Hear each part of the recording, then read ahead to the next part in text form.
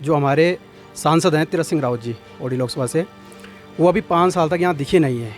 और गांव में हमारी माताओं बुजुर्गों से अगर आप पूछोगे कि आपका सांसद जनप्रतिनिधि कौन है, तो किसी को पता ही नहीं उनका नाम। इंजन यूँ कहना लगाएं कि सर इंजन यूँ करना, वार्ड मेंबर बिटनर प्रधानमंत्री तक सब यूँ, और तब भी इन्हें काम कर सकना तो यूँ संत यूँ तो देश निकाल दूँ यूँ। हमारी माताएं अगर यहाँ बीमार होती हैं तो हमें कोई सूचना नहीं मिल पाती, क्योंकि यहाँ नेटवर्क ही नहीं है।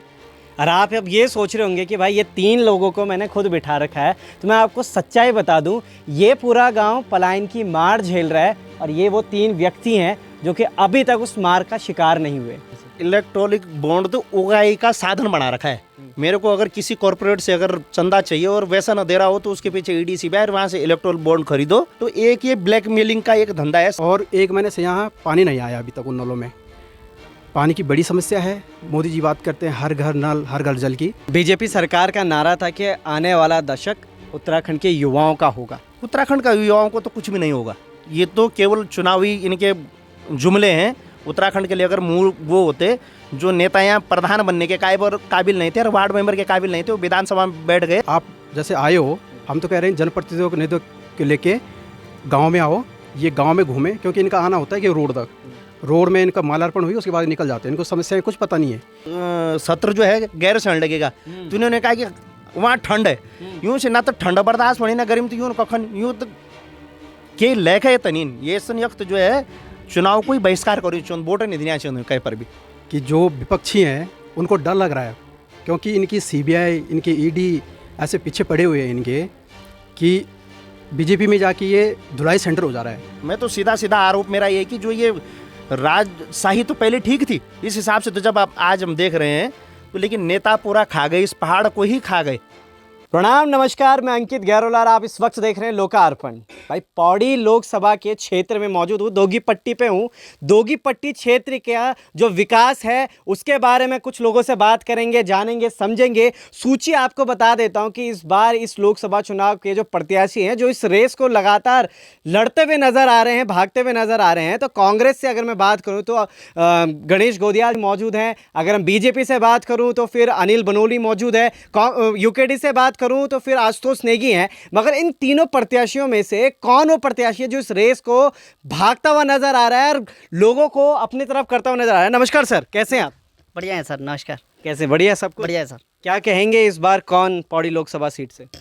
सर वोट देने का तो मन ही नहीं, बिल्कुल नहीं। जिस हिसाब से स्थिति है कुछ हो नहीं रहा है, क्योंकि मेरे द्वारा सीएम पोर्टल पे 8वीं शिकायत है इस पानी के बारे में, जो अभी तक कोई निराकरण नहीं।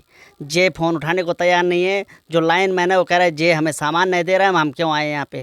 वो आने को यहाँ तैयार नहीं है, पानी का कुछ है ही नहीं। अगर पानी आता भी है कभी कभी तो एक जगह आ रहा है, कहीं कहीं आ ही नहीं रहा है, मतलब ना के बराबर है, मतलब कोई सुविधा ही नहीं सर। तो विकास कुछ भी नहीं है? कुछ नहीं है सर। रोडों की स्थिति ऐसी है सर, 10 साल पहले भी रोड ऐसी थी, आज भी ऐसी है, वो भी पेंटिंग हो नहीं रही। और जो इस बार हो रही है वो कैसी हो रही है पता नहीं है, उसका भी कुछ नहीं। उस पर कैसा लग रहा है सामान, कुछ पता नहीं सर उसका। आप क्या कहेंगे सर इस बारे में? मेरा नाम पुरुषोत्तम कुलियाल है और मैं दोगीपट्टी का टिपरी गांव का ही मूल निवासी हूं। विकास तो कहीं भी नहीं है, विकास के नाम पे केवल लूट मची हुई है, और जो जितना लूट सकता है उतना लूट के ले जा रहा है। तो यहाँ पे पेंटिंग हो रही है, तो उसमें जो है जो इनका हॉट मिक्सिंग जो आ रहा है वो 80 से 90 किलोमीटर दूर से आ रहा है। और उसके बाद भी शिवपुरी गुलर में तो और ऋषिकेश में इतना बड़ा जाम होता है कि 4-4 घंटे ट्रक वहीं है। ये भी ऐसी होगा कि केवल पैसे का ही दुरुपयोग कर रहा है, पैसे लेके ये लोग अपने चले जाएंगे, हमें इसी स्थिति में छोड़ जाएंगे। पानी का यहाँ पे ये सिचुएशन है कि पानी है ही नहीं। मोदी जी की एक योजना है हर घर नल हर घर जल। जो लाइन हमारे यहाँ पहले पड़ी हुई थी उन लाइनों में एक एक और खड़े कर दिया, और उनमें कह रहे हैं कि इनमें ये हर घर नल है। नल तो खड़े कर दिया, अगर नल से पानी आ जाता तो हम अपने पैसे से एक एक नल और खड़ा कर देते हैं, लेकिन कहीं पानी नहीं है। शिकायत करो कोई सुनने वाला नहीं है, पूरी अराजकता है।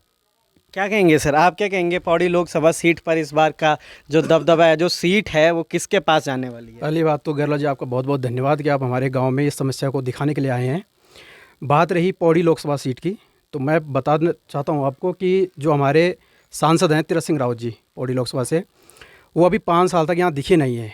और गांव में हमारी माताओं बुजुर्गों से अगर आप पूछोगे कि आपका सांसद जनप्रतिनिधि कौन है, तो किसी को पता ही नहीं उनका नाम। विधायक जी हैं, उनका नाम भी किसी को पता नहीं है।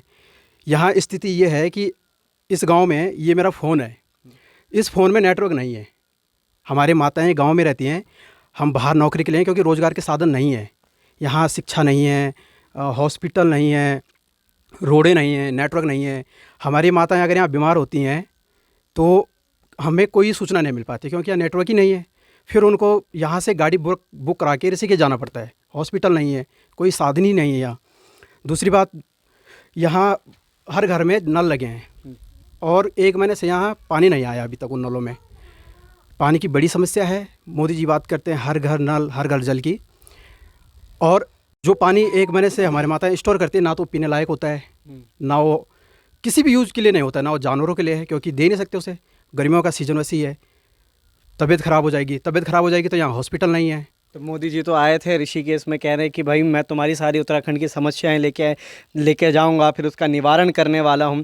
तो इस बारे में क्या कहेंगे? मोदी जी आए हैं, बात करके गए हैं, या फिर कुछ होने वाला है? देखो, एक केवल मात्र एक घोषणाएं हैं सरकार की। हकीकत अगर आप जैसे आए हो, हम तो कह रहे हैं जनप्रतिनिधियों को लेके गांव में आओ, ये गांव में घूमें, क्योंकि इनका आना होता है कि रोड तक, रोड में इनका मालार्पण हुई, उसके बाद निकल जाते हैं। इनको समस्याएं कुछ पता नहीं है। गांव में आए, इन घरों को देखें, इन घरों के नलों को देखें। यहाँ पानी बिल्कुल नहीं आता है। 1 महीने से यहाँ फीडरों को, लाइन मैंने को कॉल करी जा रही है कि यहाँ पानी नहीं आ रहा, कोई आने को तैयारी नहीं है। तो केवल ये बातें, घोषणाएं हो रही हैं और धरातल पे बिल्कुल भी कोई काम नहीं हो रहा है। हर घर नल, हर घर जल, और कहा भी जाता है उत्तराखंड की जवानी और पानी दोनों किसी काम की नहीं है। पानी तो हमारा बह के जा रहा है और जवानी हमारी ऐसी निकल रही है, और हम यहाँ, हमारी आंखें वो हो जा रही हैं, चुंदी आ रही हैं अपनी जन्मभूमि हमारी। और मैं अभी हिंदी में बोल रहा हूँ, मैं गढ़वाली हूँ, और लोग कमेंट्स भी करते हैं कि ये लोग जो हिंदी में बोलते हैं, तो मैं गढ़वाल में बनी हूँ अब, कि हम देश नहीं, हम गढ़वाल हैं और खाटी गढ़वाल हैं। पर क्या करने गढ़वाल, जय मैं गढ़वाल बोलो तो जानो, वैसे गढ़वाल में बेड़फोन समझाऊनी नहीं, या हम वही रह गए। अब ये पहले जन रन थे ना कि हाँ भाई गंवार, तो हम गंवा रहे हैं भाई, और गंवा रहे रण चांदो। लेकिन कुछ एक हुए जो, तो हमने बोला हाँ भाई हम गंवार, हमारे गंवार कोई सदुपयोग, हमारे गंवारपन काम है गया। पर हमारे गंवारपन तो क्या काम नहीं होनी। सड़क एक छ नहीं, सड़कों का बुरा हालन, पानी एक छ नहीं। और बोने हम जो पलायन रोकने, पलायन तू विधायकों को रहे अपन नौने आलू विदेश में भेजा, हमारा तो बोने तुम गाँव में रखा। अब वो एक अगर मोड़ा रोटल तो मेरे केस जान, यह तो कोई हॉस्पिटल भी नहीं। इंजन यूँ कहना लगाएं कि सर इंजन ही यूँ कर, वार्ड मेंबर बिटनर प्रधानमंत्री तक सब यूँ, और तब भी नहीं काम कर सकने। तो यूँ संत यूँ तो देश निकाल दूँ यूँ। तो यूँ इंजन में तो हर कोई बैठने लगे, कांग्रेस और सब नेता वो चल गए। हर दिन एक नए नए खबरों ने, आज ये जगह ही क्षेत्रों के नेता, आज कांग्रेस नेता तो बीजेपी ज्वाइन करे। तो ये कारण क्या बोल?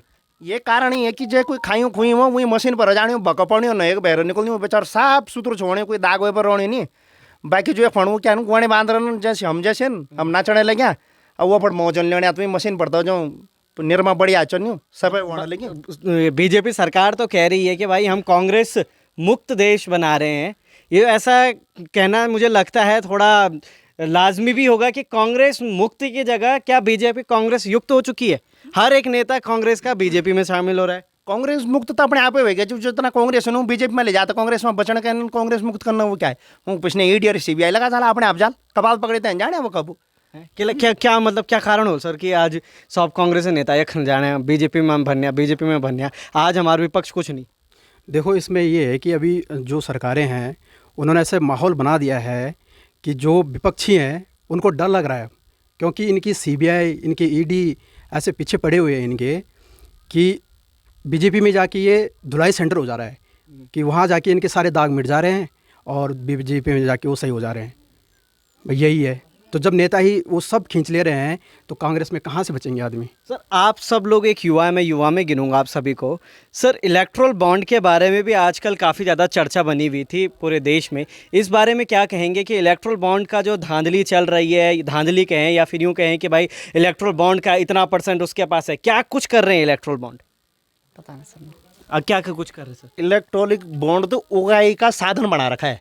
मेरे को अगर किसी कॉर्पोरेट से अगर चंदा चाहिए और वैसा ना दे रहा हो तो उसके पीछे ईडी सीबीआई, वहाँ से इलेक्ट्रॉनिक बॉन्ड खरीदो, वो अपने आप दे देते हैं अपने, और वो भी एसबीआई देता है और वहाँ लगाओ अपने खाते में और कैश हो जाता है।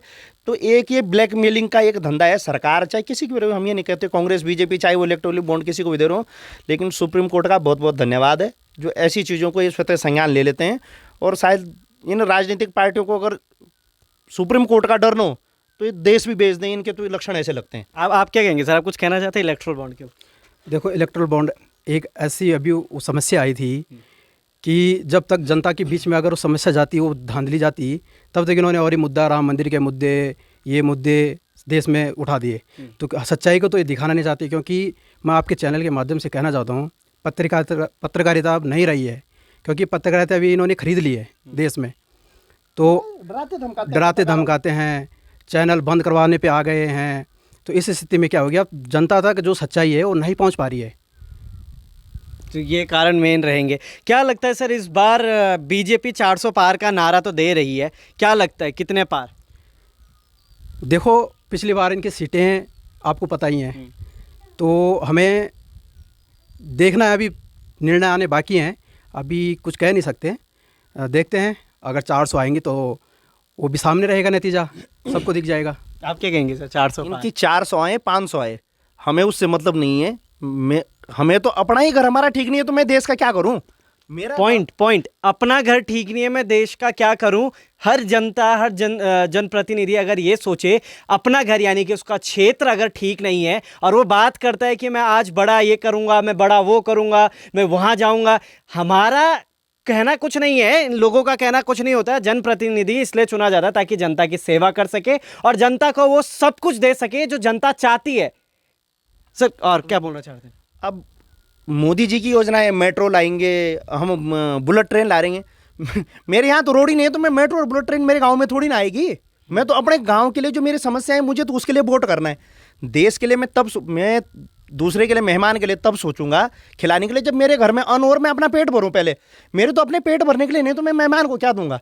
तो देश के बारे में तो तब सोचूंगा जब मेरे लिए, खुद के लिए भी तो हो, जिससे मुझे, मेरे तो वैसी हालत है। और मेरे को कह रहे हो आप दिल्ली को देखो, तो मैं दिल्ली देखी तो मैं क्या करूँ? मेरे तो गाँव बांझ पड़ी, ना तो पानी, ना स्कूल, ना हॉस्पिटल। और दिल्ली देखी मेरा काम नहीं चल। एक लास्ट प्रश्न मैं आपसे पूछूंगा सर कि बीजेपी सरकार का नारा था कि आने वाला दशक उत्तराखंड के युवाओं का होगा, क्या कुछ कहेंगे इस बारे में? उत्तराखंड का युवाओं को तो कुछ भी नहीं होगा, ये तो केवल चुनावी इनके जुमले हैं। उत्तराखंड के लिए अगर मूल वो होते, जो नेता यहाँ प्रधान बनने के काबिल नहीं थे और वार्ड मेंबर के काबिल नहीं थे, वो विधानसभा में बैठ गए। और अभी जब कुछ समय पहले की बात है कि इनको कहा कि सत्र जो है गैरसैंण लगेगा, तो इन्होंने कहा कि वहाँ ठंड है, यूं से ना तो ठंड बर्दाश्त होनी, ना गर्मी, तो यूं कखन यूं तो के लेख है तनीन ये संयुक्त जो है चुनाव को ही बहिष्कार करो, वोट नहीं देना चाहिए कहीं पर भी। आप क्या बोलेंगे सर इसके बारे में? देखो, बेरोजगारी पे तो मैं यही कहूँगा, मोदी जी ने बिल्कुल कहा था कि अगला दशक युवाओं का होगा, लेकिन उत्तराखंड में ऐसी स्थिति है, अगर कोई युवा, पहली बात तो रोज़गार है ही नहीं, और अगर रोज़गार के लिए वो अपनी मांगे रख रहा है सरकार के पास, रोडों में धरना प्रदर्शन कर रहा है, क्योंकि जनता तो नेता तो बेरोजगारों के पास जाने को तैयार ही नहीं है। किसी भी हालत में करके बेरोजगार रोडों पे आ रहे हैं, अपनी बात रख रहे हैं, तो सरकार के डंडे खाने के लिए वो रोडों पे आ रहे हैं। तो यही मुझे लगता है कि मोदी जी का आने वाला दशक है युवाओं के लिए। और ये उत्तराखंड की जनता भली भांति जानती है, उत्तराखंड के बेरोजगार भली भांति जानते हैं कि बेरोजगारों के लिए तो कुछ नहीं हो रहा है। यहाँ बेरोजगारी इतनी चरम पे है कि अब बेरोजगारी के साथ साथ डंडे भी खाने पड़ रहे हैं। बेरोजगारी का तो दूर कैसे होगी, क्योंकि पहले तो हमारा ये जो पहाड़ जो क्षेत्र था, और हमारे हर घर से एक फौजी है, हर घर में फौजी है, ऐसा कोई मेरे परिवार से फौजी हैं। तो अब तो ये करते हैं कि 4 साल में अग्निवीर बनो और टोटक वीर वे तो घर जा, 4 साल बाद वे इनके काम नहीं रण, तो वे ना तो वे वखर ना यख, तो अग्निवीर। बेरोजगारी तो मिटा ही नहीं सकते ये, इन्होंने अपने 2 करोड़ रोजगार देने तो हैं कहाँ 2 करोड़ रोजगार? अब वो तो गारंटी रोजगार में जिनको काम दे रहे हैं उनको भी रोजगार में काउंट कर रहे हैं। 230 रुपये में क्या वो होगा? 1100 रुपये का सिलेंडर ले लो, 230 रुपये रोज कमा के कहाँ से ले लें? 42 रुपये किलो चीनी, 35 रुपये किलो आटा, 140 रुपये किलो, 140 रुपये जो है किलो दाल है, 140 रुपये लीटर तेल है, और 230 रुपये की दिहाड़ी करो। तो कैलकुलेशन कौन सी इनकी, ये तो पता नहीं है। हमारी समस्या तो बाहर है, हमें तो लग रहा है कि फिर जो है पर तलड़े खड़ पड़े गेंट खेते वही पेड़ जन आदि मानव जन थे हम सन नहीं जीवन पड़े। ये हैं मुद्दे उत्तराखंड के। और आप अब ये सोच रहे होंगे कि भाई ये 3 लोगों को मैंने खुद बिठा रखा है, तो मैं आपको सच्चाई बता दूं, ये पूरा गांव पलायन की मार झेल रहा है, और ये वो 3 व्यक्ति हैं जो कि अभी तक उस मार का शिकार नहीं हुए, जो चाहते हैं कि यार मैं गाँव, इनका भी भार है, इनका भी घर देहरादून ऋषिकेश में कहीं ना कहीं तो होगा ही होगा सर आपका भी, मगर प्यार मोहब्बत अपने पहाड़ से इनसे सीखिएगा और समझिएगा कि आज ये 3 व्यक्ति रह गए, शायद इन तीनों में से कल एक व्यक्ति से मैं बात करूंगा, या फिर इनसे करूंगा, या फिर मैं उनसे करूंगा, जो कि नहीं भटकेगा, नहीं भूलेगा अपने पहाड़ों को। हमारे जो है 530 वोटर हैं और अगर आज आप गांव में आओगे तो आपको 30 मिलेंगे, क्योंकि सारा पलायन है। लोग अपने बच्चों को पढ़ाने के लिए सब ऋषिकेश, श्यामपुर, खदरी चले गए। यहाँ कोई रहेगा नहीं। अब एक एक बूढ़े हैं, जब तक वो लोग हैं तब तक इन दरवाजे शायद खुल रहे हैं और कल वो भी ना खुलें। जिस दिन अब दूसरी बार कभी हम बैठेंगे शायद कर रहे हैं कि जो है इन दरवाजों पे हमें ताले लटके हुए मिलेंगे, क्योंकि सब कुछ खत्म हो चुका है। हमारा पहाड़ बिल्कुल इस तंत्र ने खत्म किया है। मैं तो सीधा सीधा आरोप मेरा ये है कि जो ये राजशाही तो पहले ठीक थी इस हिसाब से, तो जब आप आज हम देख रहे हैं तो लेकिन नेता पूरा खा गए, इस पहाड़ को ही खा गए। पहाड़ को ही खा गए। नेगी दा एक ऐसे गायक हैं, लोक गायक हैं, जो कि हर बार अपने पहाड़ों के लिए कुछ लिखते हैं। और मुझे लगता है नेगी दा आपको एक बार फिर से कुछ लिखना पड़ेगा, क्योंकि एक बार आपने ज़रूर लिखा था कि कब ये दलमा, कब ये दलमा, दल बदल नेतोन हर पलमा, आज वो धरातल पे देखने को मिल रहा है। आपने पलायन पे लिखा है कि पूरा पहाड़ नीचे पलायन की तरफ चला गया, दिल्ली मुंबई चले गया, ना दौड़िए उंदाड़ियों का बाटा समथिंग कुछ ऐसा गाना आपने, मतलब उन पे भावनाएं थी, चीजें थी। नरेंद्र सिंह जी नेगी जी ने जब हमारा उत्तराखंड बन रहा था तब एक गीत वो था, आज मुझे उसकी थोड़ी सी बोल याद है। जो उत्तराखंड राज्य बनी के देहरादून राजधानी, गो गो इस खुलो गो गो माँ जालू पानी, ये शब्द है उनके। राज कहीं से आप अगर पुराना निकालेंगे तो जरूर मिलेंगे, लेकिन उन शब्दों को बैठ के केवल हम आज रोते हैं, रहे नहीं। ये उत्तराखंड बनी यहाँ का मानते कि जो है हम लोग लखनऊ वगैरह हम दूर नहीं जा सकते, नेता सब लखनऊ रहते हैं, पर आज हमारे जुगड़ी में बैठे थे, हमारी जुगड़ी में दावन रजने सरी गाड़ गदर न्यून बेचलियन नेतोन अपना करेसरन लगाया। अगर ढंगन के कोई यूँ की इंक्वायरी करूँ, यूँ का आमदनी कम से कम पता नहीं कितना लाखों करोड़ों गुणा बढ़ गए, और हम सन ये लूटी तक जो कुछ हमारे शरीर में शायद लो तो को बची थी, यूँ बस चलती ये भी छीनी था ली जाओ। सच्चाई हमारे पहाड़ों की, कहानी हमारे पहाड़ों की। और इस पूरे चैप्टर का जो मेन चीज़ है, जो मेन मुद्दा है, वो सिर्फ ये है, थोड़ा सा विकास हमारे पहाड़ों को दे दो, ताकि ये जो लोग हैं ये भी यहाँ से पलायन ना करें। बहुत बहुत धन्यवाद, बने रहिएगा लोकार्पण के साथ। क्या कुछ कहानियाँ मिलती हैं, क्या मिलता है आगामी चुनाव का जो रिज़ल्ट होता है, क्या कुछ कहता है, और क्या सच में फिर से वो नेता आज 5 मिनट के लिए आपके सामने मिलेंगे, फिर 5 साल के लिए सो जाएंगे, फिर आएंगे 5 साल बाद उठकर याद दिलाएंगे कि मैं वही हूँ जो पिछले साल आया था, जिसमें आपने काजू किशमिश बादाम खिलाया था, मैं वही हूँ। बहुत बहुत धन्यवाद।